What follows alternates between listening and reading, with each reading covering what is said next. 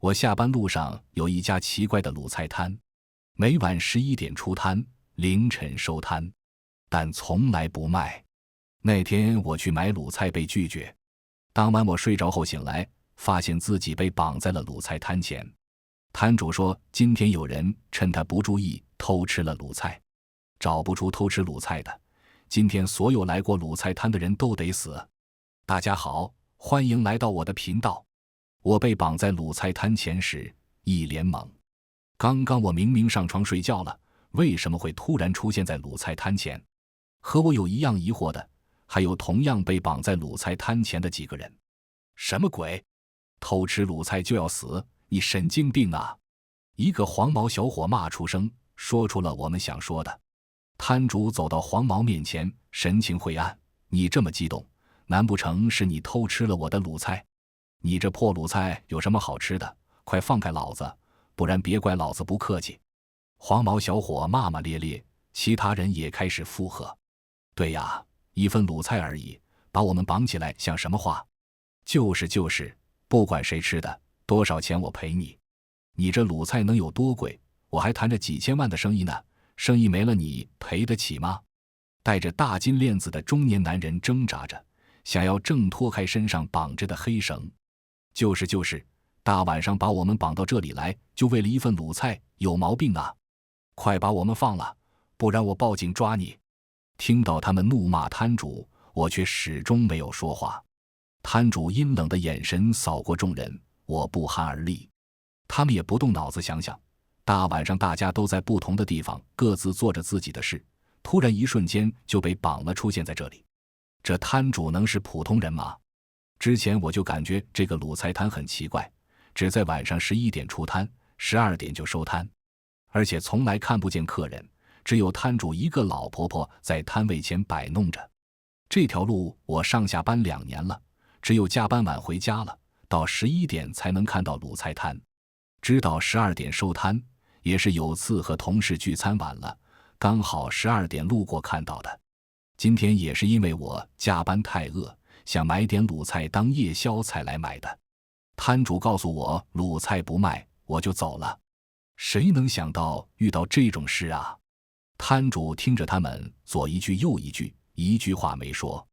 突然我感觉身上的黑绳开始收紧，啊，好疼！所有人都开始喊叫，身上的黑绳也越收越紧，好像要把我们活活勒死。现在还吵吗？摊主发问，所有人纷纷摇头，不敢说话。下一秒，黑绳稍微松了一点，我松了一口气。回答我，谁偷吃了我的卤菜？摊主发问，众人都不敢说话，看向摊主的眼神充满了恐惧。还是那个不知死活的黄毛依旧在叫嚣，一份卤菜而已，你就要杀人？大家别被他唬住了，他一个老太婆怎么可能杀得了我们？刚刚绳子收紧，肯定是凳子上有什么机关，老太婆按到机关了。摊主走到黄毛面前，脸色阴沉。一开始你就异常激动，肯定是你偷吃了我的卤菜。我没有。黄毛话说一半，突然瞪大眼睛，没了动静。摊主的手剖开黄毛的肚子，伸进他的胃里，在里面翻找着，鲜血淋漓。啊！奶奶我怕！我右边一个5岁男孩哭喊着，他奶奶急忙捂住他的眼睛。我也被恶心的差点吐出来，别开头去不敢看。摊主把手从黄毛身体里拿出来，手上还拿着什么东西。就是你偷吃了我的卤菜，这块卤牛肉就是证据。黄毛死得透透的，也回答不了摊主了。摊主把卤牛肉放回锅里，我们面面相觑，不敢说话。等摊主再转身，我鼓起勇气开口，老板，你已经找到偷吃卤菜的人了，能不能把我们放了啊？不能。我不解，为什么啊？摊主脸色阴沉，我只找到一块卤牛肉，还有其他卤菜也不见了，你们之中还有人偷吃了我的卤菜。摊主突然暴怒，把我们吓得直哆嗦。那你要怎样才肯放过我们？戴大金链子的老板开口。摊主瞥了他一眼，找出偷吃卤菜的人，其他人就能走。这要怎么找啊？难不成要一个一个把我们开膛破肚吗？大金链子老板突然噤声，他明白摊主可能真的想要这样做。不要啊！我求求你放过我吧，我没有偷吃卤菜，求求你放我走吧。一个穿白裙子的小姑娘突然哭出声，哀求着摊主。摊主不为所动，现在是凌晨3点，1个小时，凌晨4点前偷吃卤菜的人自首，否则所有人都得死。摊主说完就不理我们，回到摊位前坐着，开始盯着我们。谁偷吃了卤菜？快站出来！别害人啊！大金链子老板开始怒吼，其他人也纷纷附和。就是，谁偷吃了卤菜，谁自己站出来，我们可是无辜的。没有人站出来。偷吃卤菜就要被开膛破肚，那个人肯定不敢自首。光靠这样喊，根本找不出那个偷吃卤菜的人。别吵了，这样吵下去不是办法。我出声阻止，被大金链子老板回怼：不吵你有办法啊？我有。我抬头，众人纷纷看向我。那个偷吃卤菜的人肯定不敢站出来，与其时间到了所有人被杀，不如我们自己找出那个人。怎么找？我环顾众人，每个人把自己来卤菜摊前发生的事说一遍，我们选出最可疑的那个人，让摊主开膛破肚。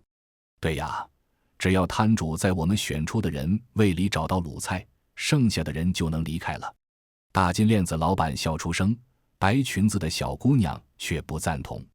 可我们这样就是在推别人去死啊，这样我们就成了杀人犯的帮凶了。什么帮不帮凶？要不是那个人偷吃了卤菜，我们也不会被抓到这里来。都是他害了我们，你要是不同意，我第一个就投你，反正死道友不死贫道，我是无辜的，我不要死。大金链子老板语气很凶，白裙子小姑娘吓得脸都红了。其他人也纷纷附和，对，你不同意就投你，我也投你，反正不知道是谁，先把你投出去。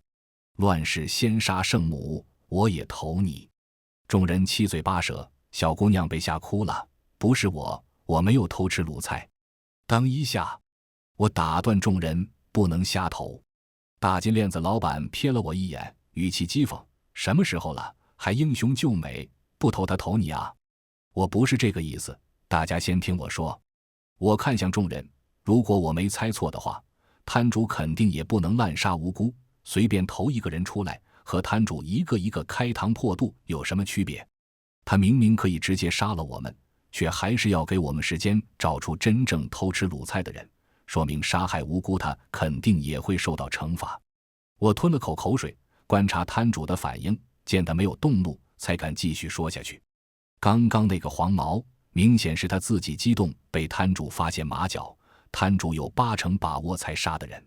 现在如果我们乱投，摊主无辜的人杀多了，他就不会再顾忌，可能就会把我们全杀了，掏出胃来找卤菜。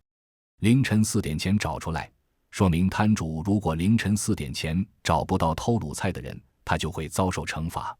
那个惩罚比他杀害无辜会更严重，所以他给了我们1个小时时间，我们找出真正偷卤菜的人，他就不会遭受惩罚。反之，如果到时间还找不出来，他只能杀光我们来找。这1个小时是我们唯一的机会。你说的也有道理，要是乱投多了，摊主不高兴，直接把我们全杀了也不行。大金链子老板赞同了我的说法。我点头，对众人道：大家一个一个说出在卤菜摊前发生的事，我们来找出真正偷吃卤菜的人。目前在场的除了大金链子老板和白裙子姑娘，还有抱着男孩的奶奶和一对小情侣。众人你看看我，我看看你，都不做先开口的人。我反正问心无愧，就先开口了。这条路是我下班回家的必经之路，我今天加班有点饿，想买卤菜回去当夜宵，就停车下来要买卤菜。摊主说不卖，我就走了，全程没超过1分钟。摊主此时开口了：你问我的时候，我没抬头，那1分钟我没看到你做了什么。其他人呢？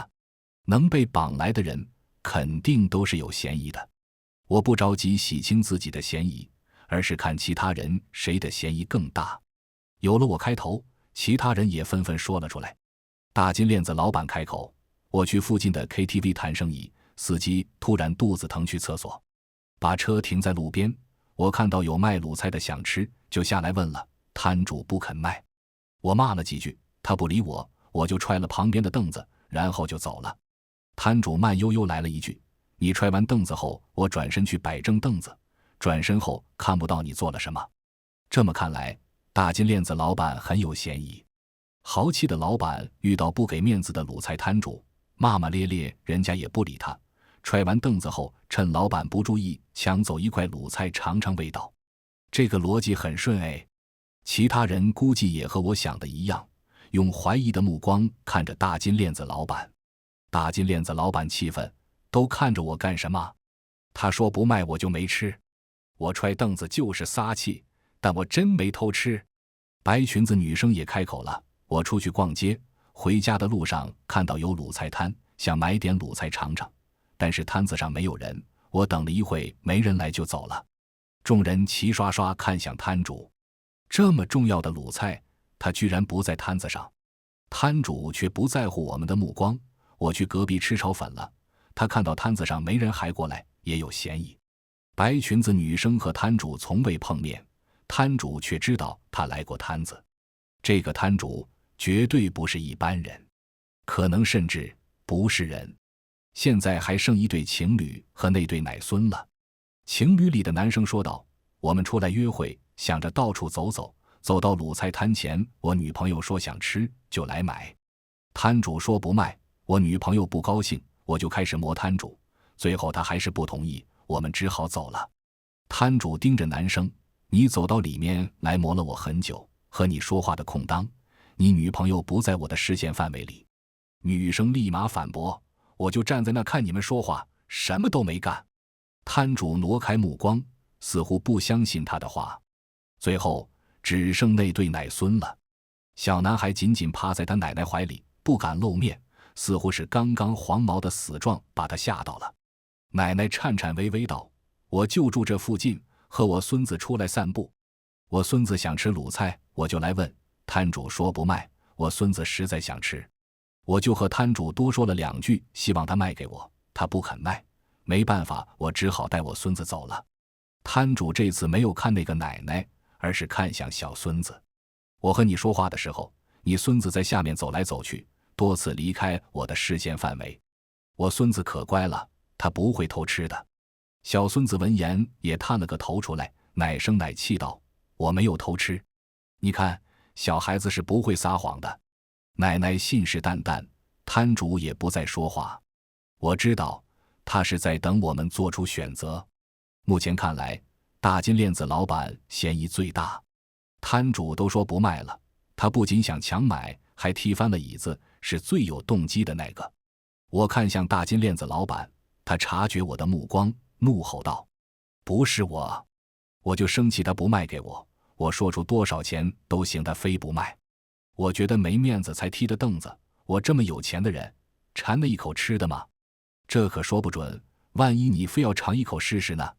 其他人纷纷点头附和。大金链子老板慌了，真不是我啊！你们不能冤枉好人啊！有没有冤枉，投出来就知道了。白裙子女生似乎在记恨大金链子老板刚刚说要投他的事，直接指向大金链子老板：我投他，我也投他。情侣里的男生也附和，他女朋友立马道：宝宝投谁我就投谁。我也缓缓举起手投向大金链子老板。那对奶孙也是指向了他。大金链子老板吓得尿都出来了，真不是我啊！你们不能冤枉好人啊！可没人在意他的哀嚎，大家都希望就是他，这样其他人就能安全回家了。摊主见状也起身走向大金链子老板。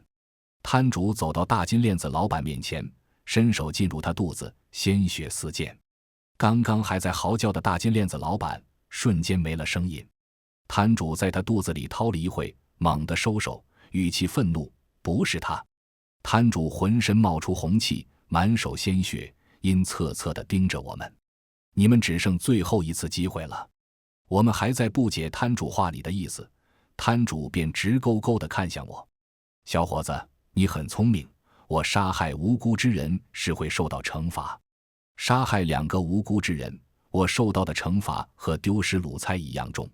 也就是说，杀害2个无辜之人，摊主就要遭受2道惩罚。摊主给我们时间，也是不想杀害无辜之人。现在他已经杀了第1个无辜之人，如果第2个选对了，摊主找到所有卤菜，他也只杀了1个无辜之人，受到的惩罚就会减轻。但如果第2个我们选出来还是错的，他就会杀掉2个无辜之人。那之后他也就不会再顾及杀害无辜之人的惩罚，直接杀掉我们所有人，挨个掏位找卤菜。这样找到所有丢失的卤菜，他还能减少1道惩罚。所以第2个选出的人是我们最后一次机会。我理清思绪后，再次环顾在场所有人，白裙子姑娘、奶孙、情侣，究竟是谁偷吃了卤菜？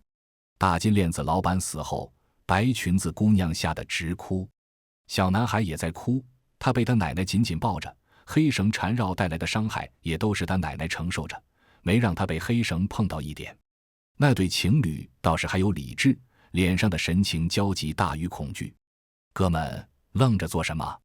没听到摊主的话吗？我们还有最后一次机会了，赶紧找出偷吃卤菜的人啊！情侣里的男生朝我吼了一嗓子。我眼神冰冷，闭嘴，最后一次机会，不能随便选。我得好好思考，究竟谁更有破绽。所有人都有作案动机和时间，不能局限于卤菜摊前，我得好好想想。凌晨11点到12点，大家都路过卤菜摊，都想吃卤菜，都来问过摊主，都是摊主不肯卖就走了。除了我，其他人滞留时间都很长。奶孙和情侣都想摸摊主卖卤菜，所以待了一会。白裙子姑娘在等摊主，也待了一会。究竟是谁呢？还有20分钟。摊主的话让我如坠冰窟，时间居然过得这么快，已经3点40了。还有20分钟，再找不出偷吃卤菜的，我们全都得死。哭声和叫骂声围绕在我耳边，影响我思绪。我实在忍不了，大吼一声：“都给我闭嘴！大晚上的吵死了！”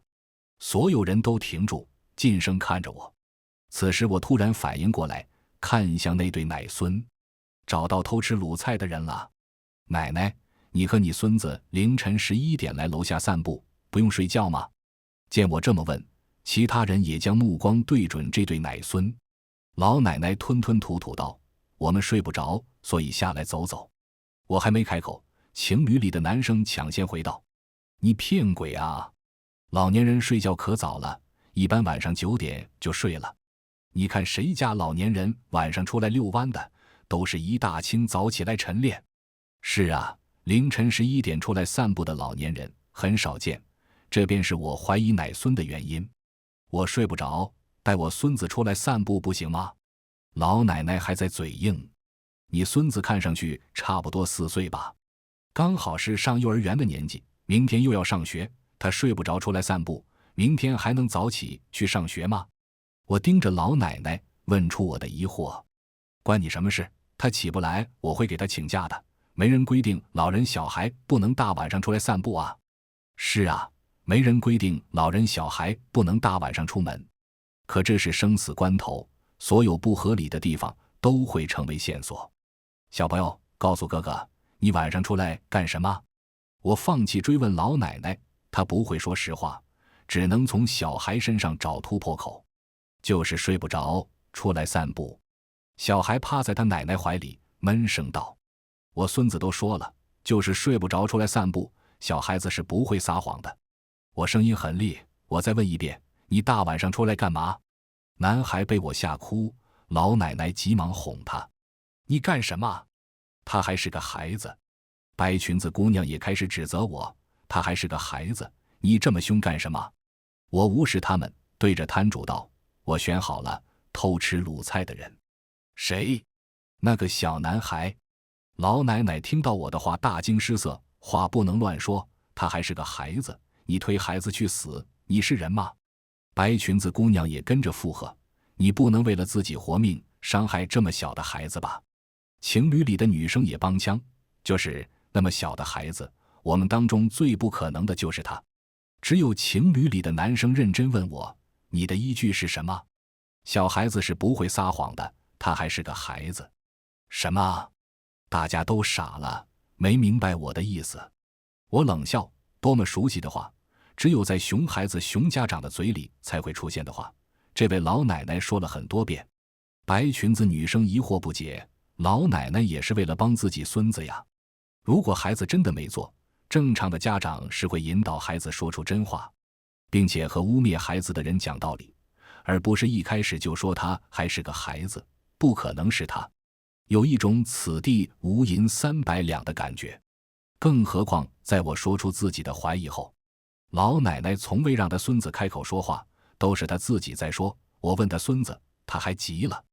我冷笑，如果她不心虚，在我问她孙子的时候，她第一反应应该是鼓励孩子说实话，而不是训斥我，避免她孙子回答我问题。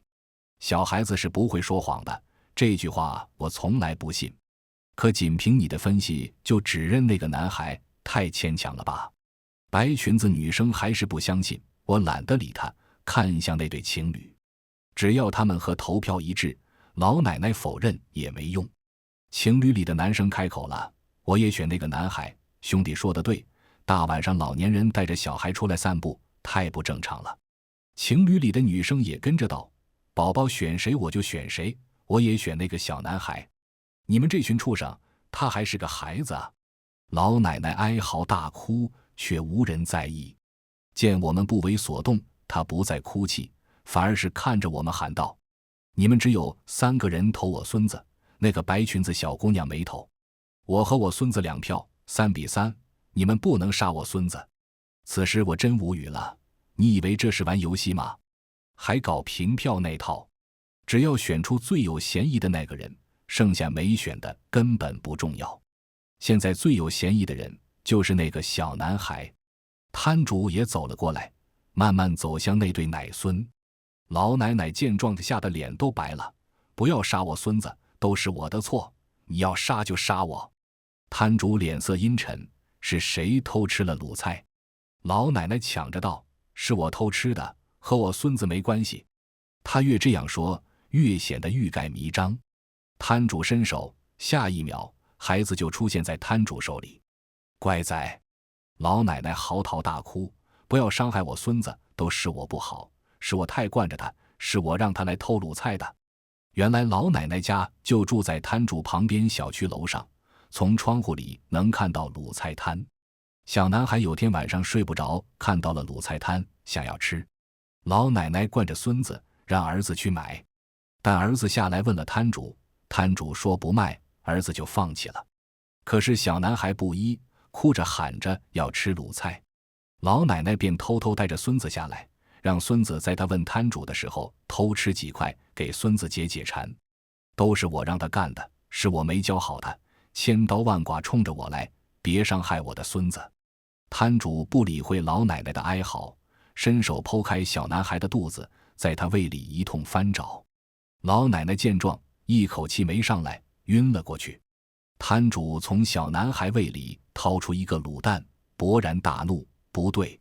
我吓得瑟瑟发抖，但还是鼓起勇气问道：“怎么不对了？只有一个卤蛋，还少了一块香菇，还有人偷吃了我的卤菜。”“什么？一共就8个人，有3个人偷吃了卤菜。”这下我也顾不上害怕了，你到底少了多少卤菜啊？还剩1块香菇，最后一样了。摊主以为卤蛋和香菇是同一个人吃的，没想到小男孩偷吃了卤蛋，偷吃香菇的另有其人。3点55了，摊主的话让我更加紧张，只剩5分钟了。剩下的人里，究竟是谁偷吃了香菇？我看向白裙子女生和那对情侣，他们察觉我的目光，纷纷朝我摇头。情侣里的男生更是喊道：“你别看我们，我们没偷吃，就剩你们3个了，肯定是你们其中一个偷吃的。”我冷静地回答，白裙子女生却不乐意了：“凭什么就是我们3个其中之一啊？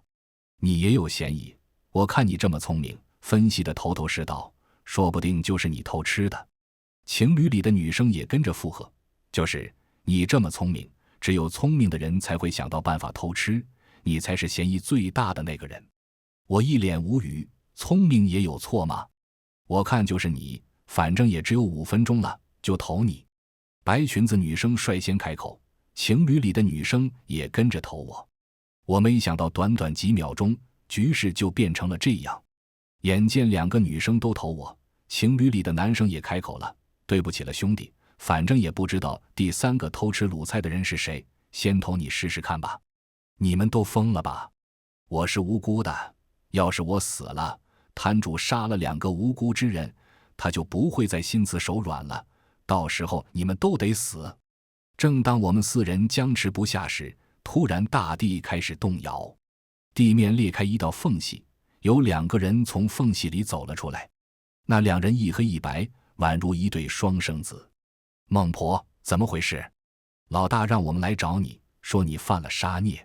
摊主叹了口气，没办法，卤菜被吃了。黑白2人大惊失色，谁吃的？找回来没有？从他们的话中，我终于明白了摊主和他们的身份。原来摊主便是传说中的孟婆，黑白2人便是黑白无常。而这卤菜其实是孟婆汤的升级版。孟婆嫌熬汤太麻烦了，很多鬼也不爱喝，干脆改成了卤菜，把孟婆汤的材料放进了卤水里。孟婆在十字路口摆摊，实际上是用卤菜吸引飘荡在人间的孤魂野鬼。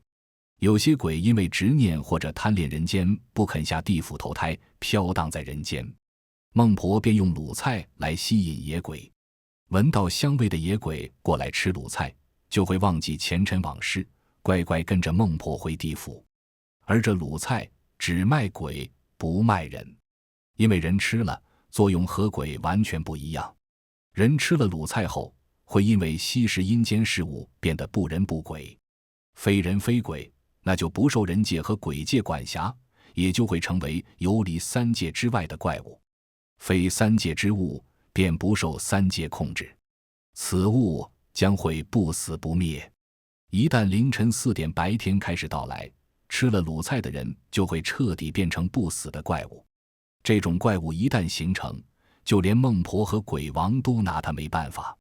所以孟婆必须要在凌晨4点前找回卤菜，否则就来不及了。还剩最后5分钟，孟婆似乎不想再等了，就剩他们4个了，一个一个杀，总能找到丢失的卤菜。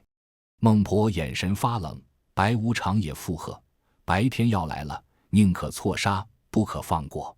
孟婆看向我，既然他们都选你，就先从你开始。孟婆缓缓朝我走来，我浑身冷汗直流。不行，不能坐以待毙。最后一个偷吃卤菜的人一定就在那3个人里，我得赶紧想，找到真正偷吃卤菜的人，我才能活下去。孟婆走到我面前，伸出手向我刺来。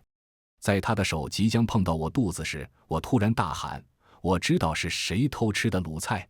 孟婆停住，声音低沉，别耍心机，还有3分钟，若真是你，杀了他们再杀你也是一样的。我没有说谎，我真的知道是谁偷吃了卤菜。你下一个杀对了人，就不会受到杀害2个无辜之人的惩罚了，赌一把不亏的。我吓得声音都在抖。孟婆看了我3秒，选择相信我。是谁？我看向白裙子女生，是她。白裙子女生拼命摇头，你不要胡说八道，我没有。你们别听她的，我本来没怀疑你的，但你刚刚想让我死，我就知道是你了。我投你，我就是偷吃卤菜的人，你这报复的意思也太明显了。白裙子女生明显不服。我冷声道，别人投我，我不会怀疑，唯独你投我，我才会怀疑。为什么？因为在之前2次投任中，你一直在为偷吃卤菜的人开脱。我没有。白裙子女生立马否认。别急呀，我一件件给你分析。我盯着她的眼睛，一字一句道，先是我说投票选出偷吃卤菜的人，你觉得这样随便决定他人生死不好？大金链子老板说你圣母，一开始我以为你真的只是善良，可在我们指认大金链子老板的时候，你二话不说也投了他。我轻笑，说明你并不善良，你只是不想偷吃卤菜的人被指认出来杀掉。我那是气愤地说，我圣母要先杀我，我才投的他。白裙子女生忍不住反驳。我接着道，接下来我们投票那个小男孩，你一直在帮着那对奶孙，大家都能看出来那个老奶奶有问题，但你选择弃票，说明你对偷吃卤菜的人有同理心。你想着帮其他偷吃卤菜的人逃过一劫，自己说不定也能逃掉。我只是不忍心伤害那个孩子。再说你这个说法也太牵强了吧，摊主都说了偷吃卤菜的人都得死，我就算帮忙也没用啊。对呀，所以一开始有侥幸心态的你，在看到摊主无情杀掉那个小男孩时，知道摊主不会心慈手软，于是你最后投了我，因为你知道我是无辜的。我声音冷峻，你想着反正都要死，不如大家一起死，所以你指向了无辜之人，让我们这些无辜之人给你陪葬。我不是，我没有，就是因为你指向我，我才怀疑上你。最后一刻了，大家想的应该是如何自保，而不是随便指认一个人。只有真正偷吃卤菜的人才会随意指认，让无辜之人一起死。我冷吃，你不承认也没关系，让摊主剖开你的肚子，找一找里面有没有香菇就行。